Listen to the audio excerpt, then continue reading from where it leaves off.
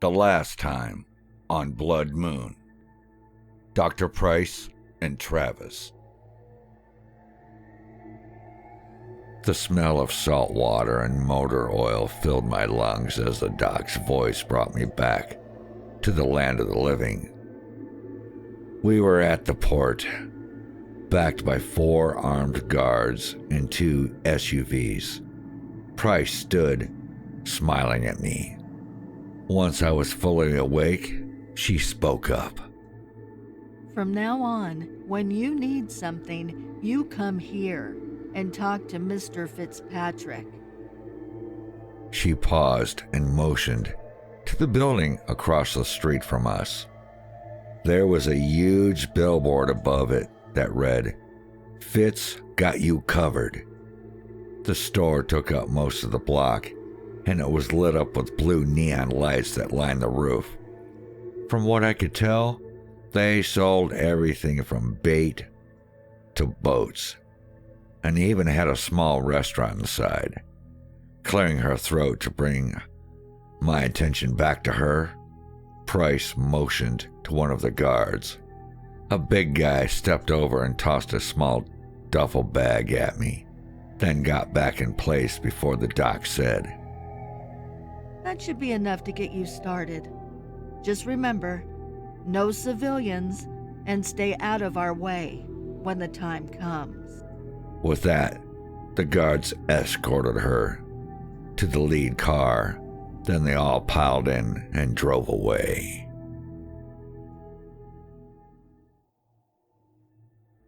Inside the bag was $100,000 and a new cell phone.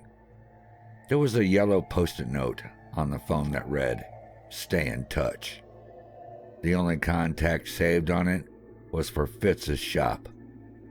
Good thing I remembered Nate's number.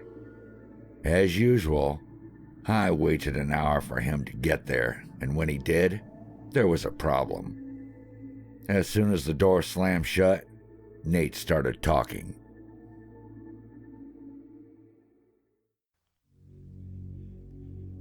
T, man, you ain't gonna believe this shit. Lonnie's missing. I went by his spot to make a deal, but when I got there, the place was a ghost town. I'm thinking maybe he's taking an off night, so I go to the door. When I get there, it's open. Now I'm really flaking out. I pulled my heat and stepped in, expecting the place to be trashed or something, but it's clean. Not a soul in sight. And I checked twice. The place was empty. I wasn't gonna miss a chance like this, so I cleaned him out. I was loading the last of the bags in the car when some bikers rolled up. One thing led to another. They started yelling, I started shooting. Now they're dead, and I may have started a war. Well, the only people that saw you are dead, right? Yeah. I wouldn't worry about it. As long as no one else saw you, it shouldn't be a problem. On some other shit, I saw Price tonight. I don't know how she knows, but she says she'll back our play to take the city. Slowing down to stop at a red light, he turned to look at me. So, we're doing it? Grabbing his smokes off the dash and lighting one up, I nodded. Nate smirked, then turned his attention back to the road. We sat silently until the light changed, then sped off, disappearing into the city. Chapter 5. Initiation. Pulling off the road and putting the car in park, Nate glanced out of the window, then turned his attention to me. I don't see why we have to do this first. What difference does it make? Exhaling the last drag of my smoke and thumping it away, I checked the clock. That's the 3rd time you've asked me that shit. I told you already. You're gonna have to feed as soon as you turn, and I don't feel like chasing your ass all over the city. This is safer. Now, get your ass out of the car and grab one of them so we can get out of here. Sneering at me and shaking his head, Nate grabbed the bolt cutters, then got out. Quietly closing the door, he looked around to be sure no one was watching. When he was sure the coast was clear, he darted across the road and vanished into the bushes. Laughing to myself and letting my seat back, I grabbed a beer from the back seat and opened it. Once I chugged about half the can, I lit a joint and relaxed. By the time I put the weed out and finished my beer, Nate came running back to the car, carrying what looked like a dead goat. Leaning across the seat, I opened the door, then let my seat up as he tossed it in. "Why'd you grab a dead one?"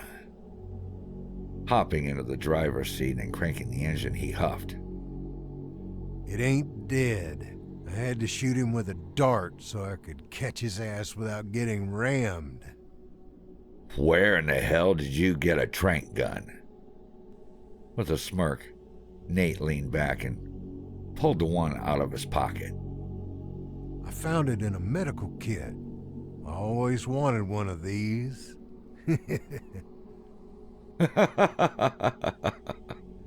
I threw the car into park and we sped off. Once we made it back to my place and gotten the goat squared away, it was time to get started.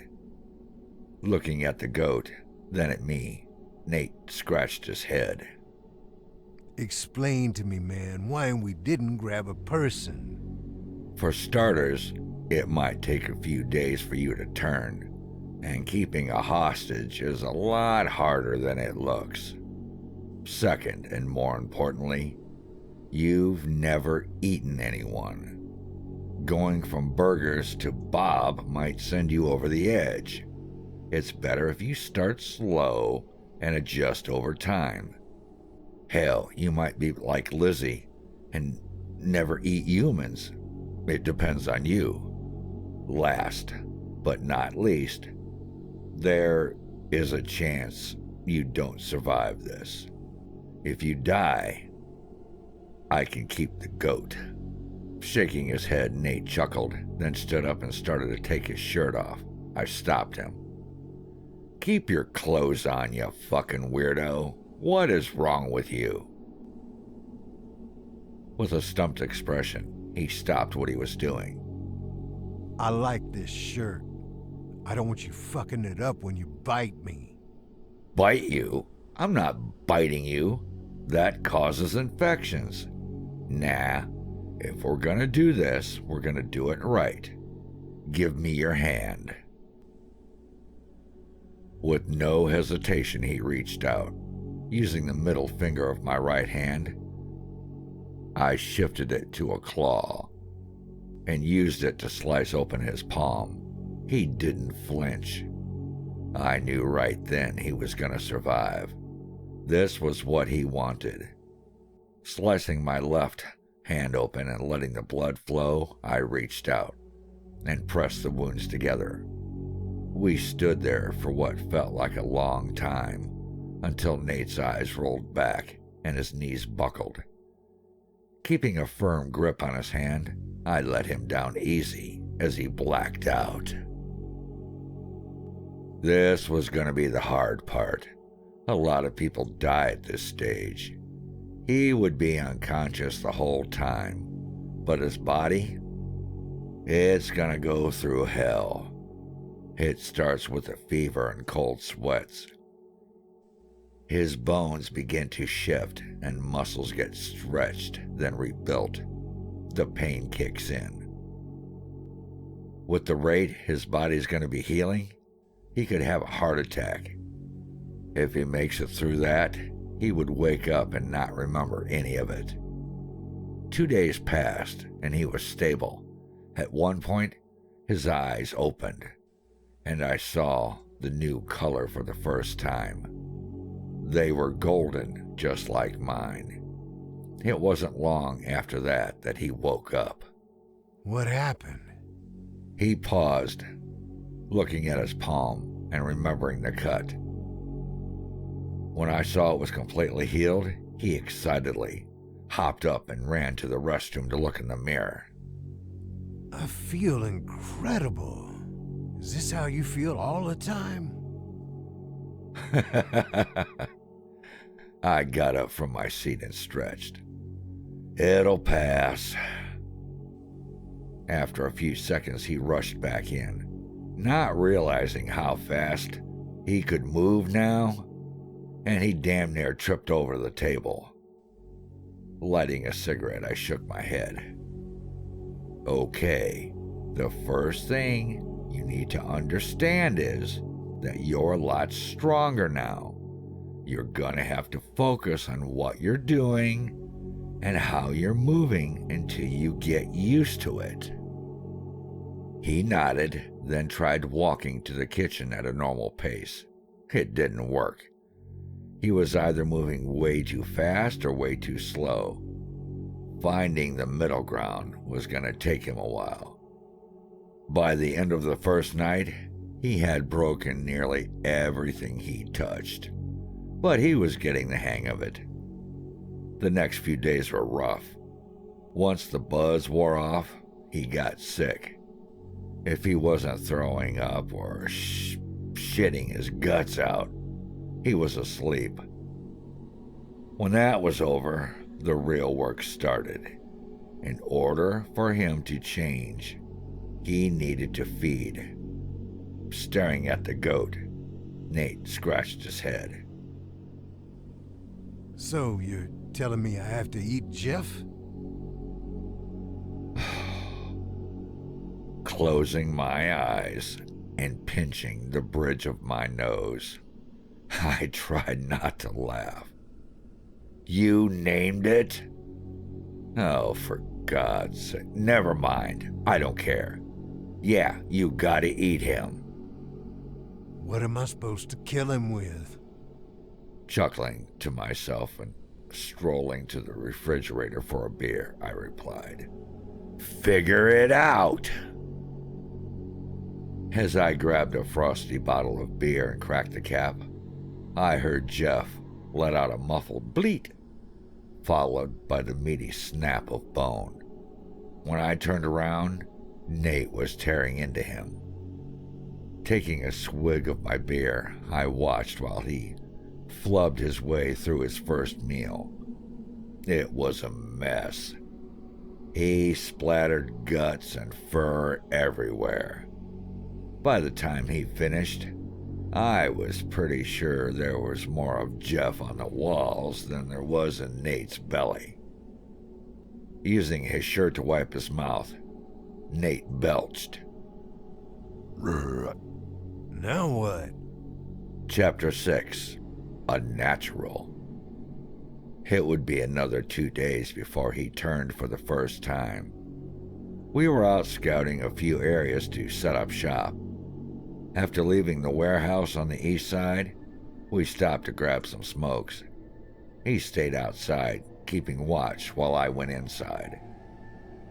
As I turned to walk out of the store, 2 guys went sprinting by the window with Nate hot on their heels.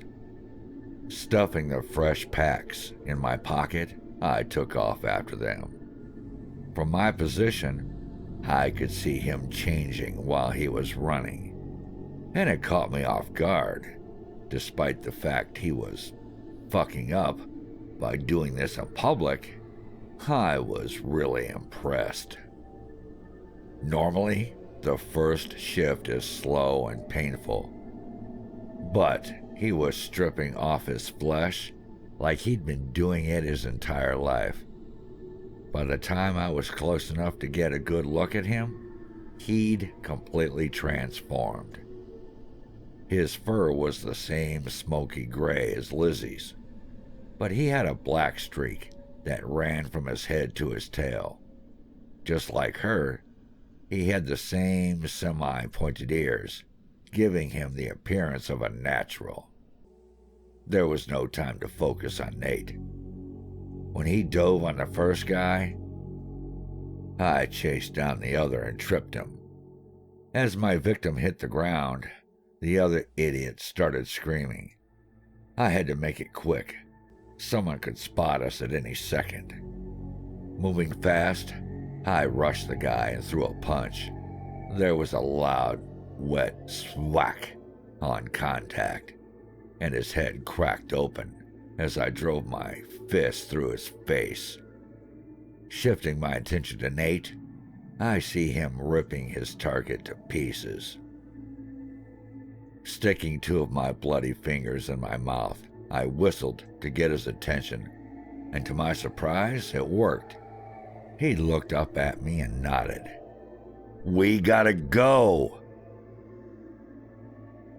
Then I turned around and started running. Nate followed me. We raced through the alleys and scaled a fence or two before we finally stopped. Nate dropped to his knees and started changing back. His snarling turned into agonized groaning as his flesh suit took over. I've seen a couple of turns through their first transformation. This was different. Not only was he able to change at will, but he only seemed to go through pain when he went back to being human. When he was done, he sat there for a second before getting up and stretching. Damn, that felt good. They tried to rob me. Can you believe that? Laughing to myself and looking around, I listened for sirens. When I was sure no one was coming, I turned and smacked him in the back of the head. "You fucking dumbass! You don't change in public. If someone caught that on camera, we're done." Calm down. Nobody was out there. Besides, we got bigger problems. I lost my keys and I'm naked. How are we supposed to get out of here? After thinking about it for a few seconds, I told him to stay put and went to get the car. Finding his keys was easy, but the car wasn't there. They'd set us up. The two we chased down were the distraction, while the third turd stole the car.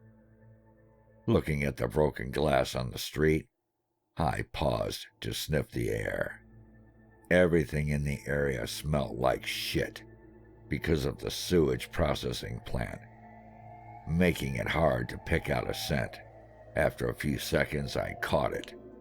The faint smell of blood, sweat, and cheap cologne. That asshole must have cut himself when he broke the window. Making a mental note of it, I went back to give Nate the bad news. Oddly enough, the rest of the night wasn't horrible. After breaking into a donation box and getting him some clothes, we hit a liquor store and walked home getting drunk. Chapter 7. Members Only.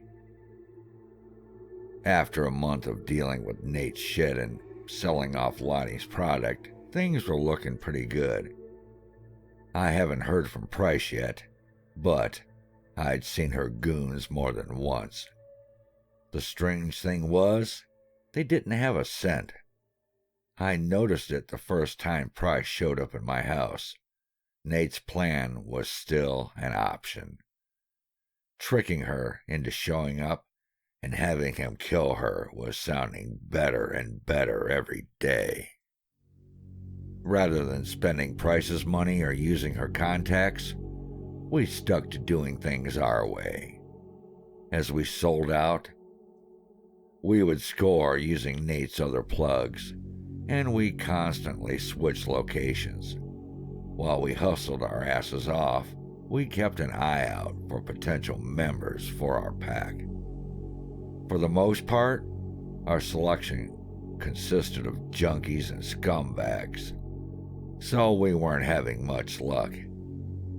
Then one night after a run-in with a neo-Nazi gang called The Movement, I met Fred. I was supposed to be wholesaling the last of the crystal. Instead, the racist pricks hit me with their car, then shot me and stole the dope. I wound up having to hide in an abandoned building to heal. That's where he found me. To be real about it, I wasn't planning on recruiting older members, but the old man would be the exception. As soon as he saw me, he knew what I was. He approached with caution, keeping his hands where I could see them, while looking down, avoiding eye contact. Speaking calmly, he said, I don't want any trouble. I saw you come in. Do you need some help? Digging the bullet out of my side, I snarled. No. Nodding, then slowly sitting on the floor, he chuckled. I never thought I'd see one of you again. Where'd you come from? Narrowing my eyes at him, I sniffed the air. His clothes were filthy, and he smelt like the streets. Judging by his weathered skin and graying hair, he'd been living out here a long time. Doesn't matter. What do you mean by one of us? Still avoiding eye contact, he took a deep breath. I grew up in Bilbik. I'm pretty sure you've never heard of it. Anyway, there isn't much to do there, so most of the kids would play in the woods. One day, one of the vicar's boys went missing. My father and a few others gathered up and went looking for him. They searched for a week straight, and all they found were his shoes. Getting to my feet and stretching, I cut him off. I didn't ask for your fucking life story. Answer the question. Finally looking directly at me, he shot me with an angry frown. A pair of wolves, a male with black fur and one eye, and a female with red fur, killed everyone in my family except me. I don't know why they let me live, but I've been obsessed with your kind ever since. I shook my head. I'm having a bad night. If you're gonna attack me, get it over with. I've got something else to do. Holding out his hands and shaking his head, the old guy cautiously got to his feet. Now you got it all wrong. I want to be one of you. It's the only way I'll stand a chance against the ones I'm hunting. Everything about this was sending up red flags. There was no way this was a coincidence. Snarling, I charged in, grabbing him by the throat. Who are you? Did Price send you to watch me? I don't know who that is. Realizing he wasn't attempting to fight back, I let go, and he slumped to the floor. Coughing and sucking in air, he took a second to gather himself. Then he got back to his feet. I'm Fred.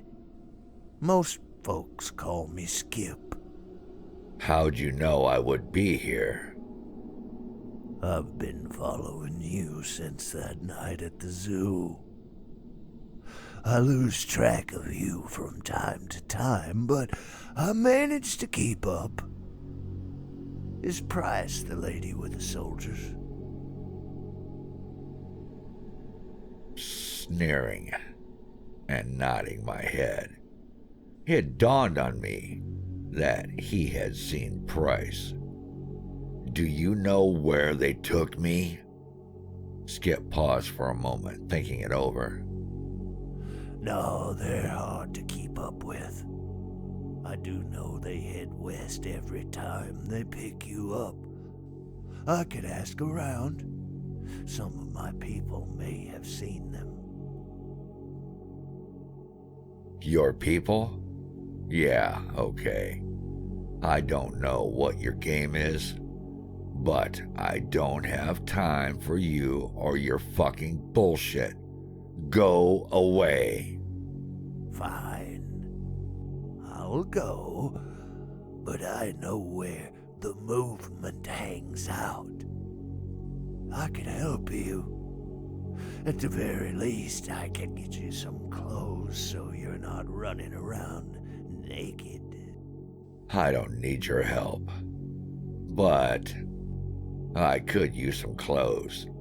I'll make a deal with you, old man. If you grab me some gear and a beer, I'll hear you out. Without another word, Skip nodded, then excitedly walked off. A little under an hour later, he came back with a six-pack, some smokes, and a fresh set of clothes along with shoes. The clothes were too big and the shoes were too small, but overall, I was impressed. Nice. Where'd you get all this? Grabbing a beer for himself and handing me everything, he tapped the can a couple of times with his finger, then cracked it open. I bought it. Well, most of it anyway. I stole the parts and the shoes from the laundromat on the way back. As soon as I was dressed, I cracked the can open and took a long drink. Bringing the can down, I nodded, then turned my attention to Skip. When the beer's gone, so am I. You got until then. Nodding in agreement, Skip took a sip and got started. Correct me if I'm wrong, but you're starting a pack, aren't you? You and the other one have been getting out every night, but you're not killing. At least you aren't. Your pal's racking up a body count. For the last couple of days, he's been killing gangsters on the east side. I already knew what Nate was up to. Taking over the city starts with one block, and that block was going to be ours by the end of the month. Shrugging it off, I asked for a light, then lit a cigarette and motioned for him to speed it up. Since you're starting a pack, you're gonna need soldiers, and I know where you can get a few. I'll introduce you to them, and in return, you turn me. After I'm gone, you'll never see me again. Polishing off my first beer and opening another, I paused. What makes you think the ones you're looking for are still alive? If they were turns, they're probably dead. Shaking his head, then taking another swig, he scoffed. Nah, they're like you.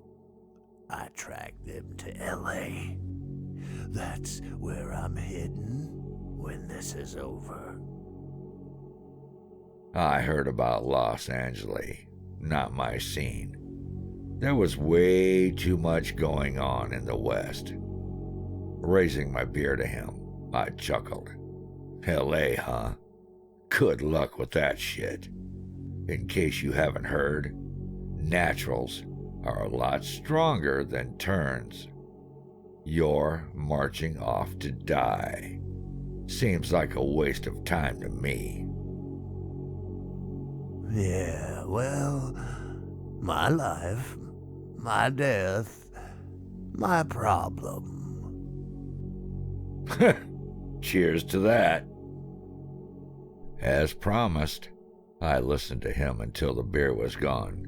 In the end, I agreed to meet up after I settled up with the movement. Once I was back on the streets, it didn't take long to pick up their stench.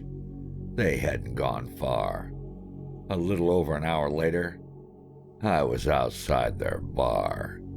Some shithole in the wall spot in the industrial district. I recognized one of the guards at the door as the driver of the car that hit me. The weasel-faced fuck that shot me was inside. I could smell him. Letting the wolf out would be a mistake.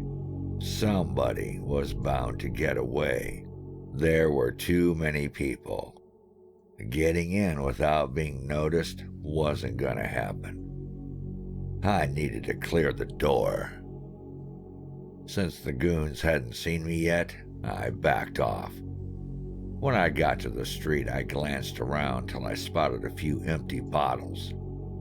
Smiling to myself, I hurried over, grabbed a couple that I found. I found me a nice spot with a clean shot at the front door. Once I was in position, I gathered a few nice-sized rocks, then pissed in the bottles till they were full. The plan was to throw the rocks through the windows of a couple of the cars. Then, when they came to check, I would bomb them with the piss grenades. They'd go running around trying to find who did it. And while they were doing that, I'd slip inside and get to work. As soon as I was ready, I let a rock fly. It shattered the rear window of a Chevy, and that instantly got their attention. When the guards were in range, I fastballed the first bottle directly at the driver. My aim was a little better than I thought it was. The bottle exploded on his forehead, shredding his face with broken glass and piss, while knocking him off his feet. When he went down, the other guy ducked for cover. Since he didn't see where the bottle came from, he accidentally put himself directly in the line of fire. Feeling proud of my first throw, I squared up like a baseball pitcher. I rocked back and sent the second one screaming at its target. The bottle shattered on the back of his neck, showering him with glass and piss. By the time those two idiots gathered themselves and started looking for me, I was walking in the bar. As I stepped inside, some big bald dude glared at me and said, Members only! You're in the wrong place, shithead! Ignoring him, I glanced around the bar and spotted a pair of familiar faces. I was halfway across the room before the big guy from the door clamped a meaty fist on my shoulder. Before he could say another word, I turned and let him have it with a hard left hook to the jaw. I felt the bone crack on contact and the big man went down. When he hit the ground, I grabbed the pistol from his waistband and put 2 rounds in the first person to move. The guy that ripped me off was a skinny little prick they called Rabbit. The second he recognized me, he hopped up from his seat, pointing at me. That's him! That's the guy I was telling... Turning the gun on him and pulling the trigger, I put a bullet through his brain before he could finish talking. You've got 5 seconds to give me my fucking money. 1. I paused, then turned and shot the bartender. 2. Taking aim at some random chick at a nearby table, I pulled the trigger again. 3. As I took aim at a new target, an older guy called out from the back of the bar. Okay, enough! Give him his fucking money before he kills someone else! I'm not sure who the old-timer was, but when he spoke, they listened. One of the younger members brought out my cash. I had him counted out to me just to be sure they weren't shorting me, then took him hostage and backed out. Once I was clear of the place, I let the kid go and got the hell out of there and disappeared into the night.